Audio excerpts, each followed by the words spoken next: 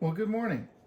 And this morning, I am going to try to determine the exact amount of attenuation from this Bird 40 dB 300 watt attenuator using a new Agilent E4418B Power Meter.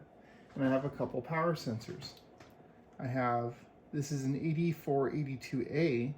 This is a thermistor mount power sensor.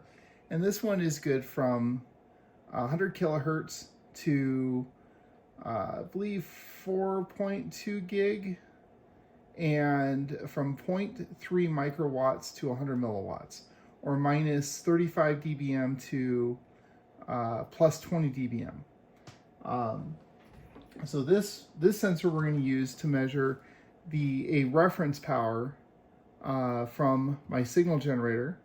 And when I know the input power to the attenuator, known input, then I can look at the output power and do the math and come out with the exact amount of attenuation. Now, since it's a 40 dB attenuator, and that's going to use up all the dynamic range of the power sensor, it's actually better to use a secondary power sensor. In this case, this is another power sensor. It's the 8481D. This has the H70 option. This is minus 70 to minus 20 dBm. It's a high sensitivity diode detector, or diode power sensor. And the factory calibration's from 10 megahertz to 18 gigahertz. But with the H70 option, it has cal data down to 100 kilohertz. So we're going to use this to actually look at the output because it puts it more in the power sensor range for best accuracy. So the first thing we're going to do is I'm going to set up the signal generator for the frequency I want to test. In this case, I'm going to use this to test a power meter to calibrate a watt meter at 14.2 megahertz. So we'll set the frequency counter here, the frequency generator, 14.2 megahertz. And we'll set an output level of plus 10 dBm. Okay? I need to take my thermistor mount power sensor. We need to calibrate that on using the 1 dBm output, or 0 dBm output, 1 milliwatt output reference on the power meter. First thing we have to do, we're going to set up the tables. The meter's got built-in tables of the calibration factor for the power sensor. So we're going to go here to sensor table, 8482A on. Now we're going to go cal, and we're going to zero the sensor. Takes about 10 seconds.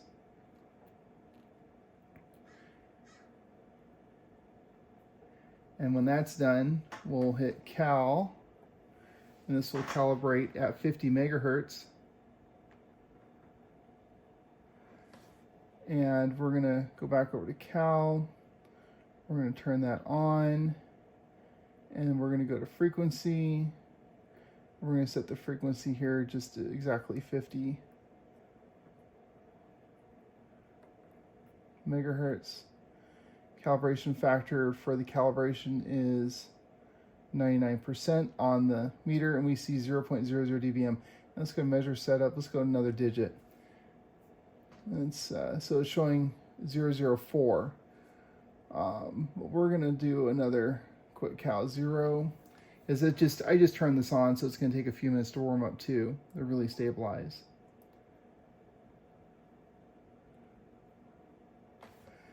And turn the power meter back on, or the reference back on. I hit the right button. And then we'll hit cal one more time.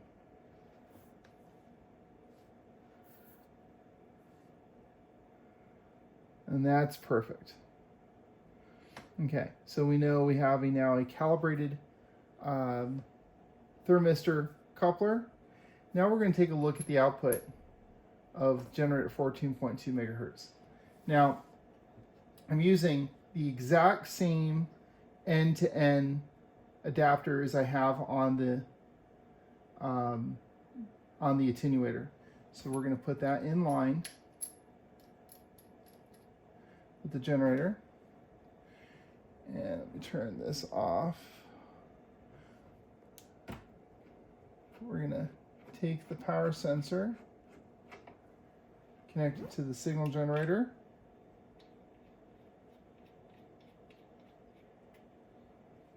Set that down here. Okay. Now we're going to turn,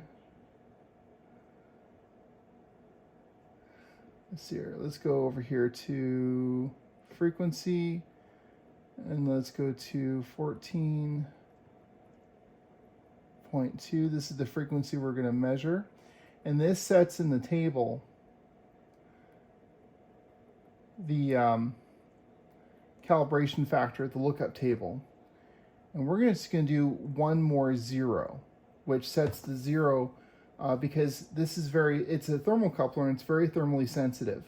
And the temperature connected to here transferring into the sensor is slightly different than in this cable, and it'll affect the low range. So we're just going to hit 0. It doesn't affect the 0 dBm cal to re-zero it. So I do this on whenever I move the thermocoupler sensor over to the device under test. I will connect it, wait a minute, and re-zero it. You can see our 0 is showing a little bit more dynamic range on the low end. Okay, this is all set up. Now we're going to turn the generator on. And we're showing 9.942 dBm. And this will drift ever so slightly as it warms up. But we're measuring down to a thousandth of a dBm. And we really don't need that kind of accuracy. So we're just going back to measurement setup. We're just going to measure 3 digits. So a hundredth of a dBm. 9.94. So if I take a pen, pencil, 9.94 dBm.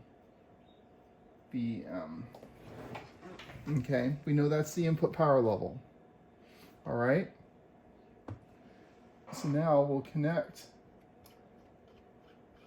that now known input power level to the input of the attenuator. Again, it's got the exact same end-to-end barrel as I used.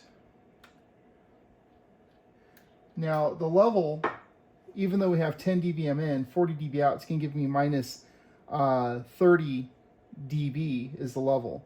And this sensor is only good to minus 35. And it's right at the edge of its ability. So in order to get a more accurate measurement, we'll use this low power sensor, which is minus 70 to minus 20. And we have to calibrate it first. Since it's so sensitive, we have to use this special HP reference attenuator that at 50 megahertz is exactly 30 dB attenuation. So it takes a 0 dBm signal, makes it a minus 30 dBm signal into the sensor. So we're going to calibrate this sensor real quick. Again, same thing. We're going to go back to System, Tables, and we're going to go to HP 8481D. Turn those tables on. We'll go to Cal. We're going to hit 0.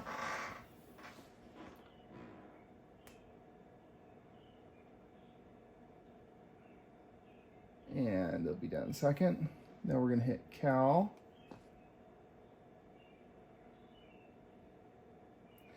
And the calibration, the coefficient on this guy at 50 megahertz is 100%. So it's saved in the lookup table. And it still showing 100%. The frequency doesn't matter. All the frequency is what frequency it's going to interpolate the calibration coefficient and calibration factor. And since it's 100%, so let's go over here to cals, turn the reference on. It should show minus 30.00 dBm, which it does. So this sensor is calibrated. Now we're going to take this sensor and connect it to the output of the attenuator.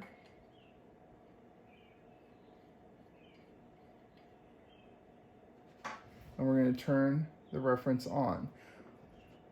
One more thing we could do, since we know 9.94 dBm is the output power level, we can add that as an offset in here.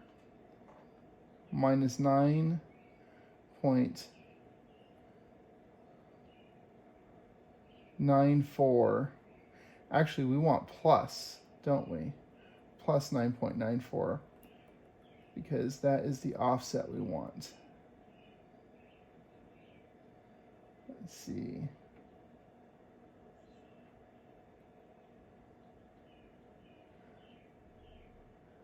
Well, offset 9.94. So we have the offset because we're subtracting 9.94 dBm from the input signal, because the input is plus 9.94, which gives us the correct value of the attenuation now we're measuring. So we're showing minus 39.85 dBm is the actual attenuation at 14.2 megahertz for this attenuator.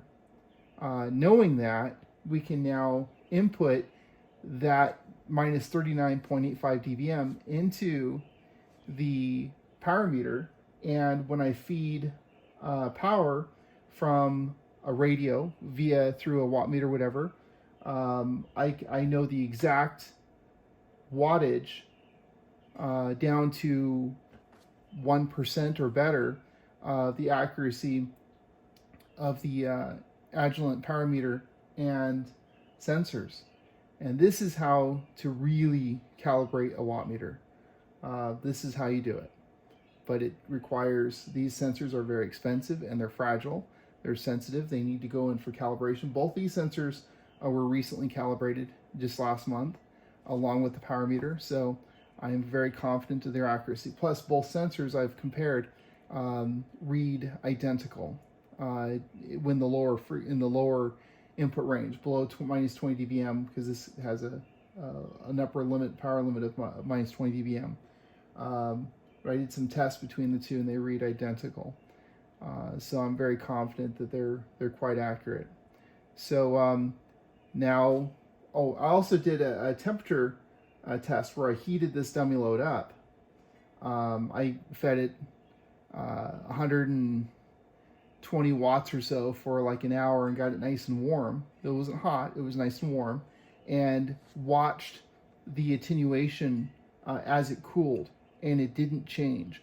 So at least in the temperature range that I tested in, it didn't appear to have much temperature coefficient.